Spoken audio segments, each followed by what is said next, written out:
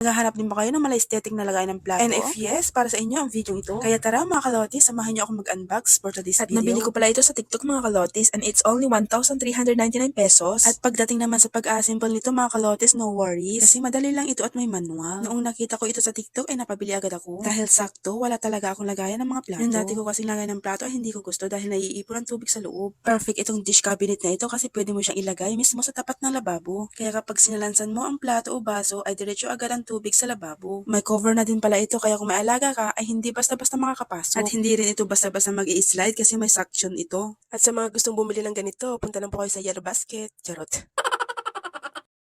Yun lang. Happy unboxing everyone.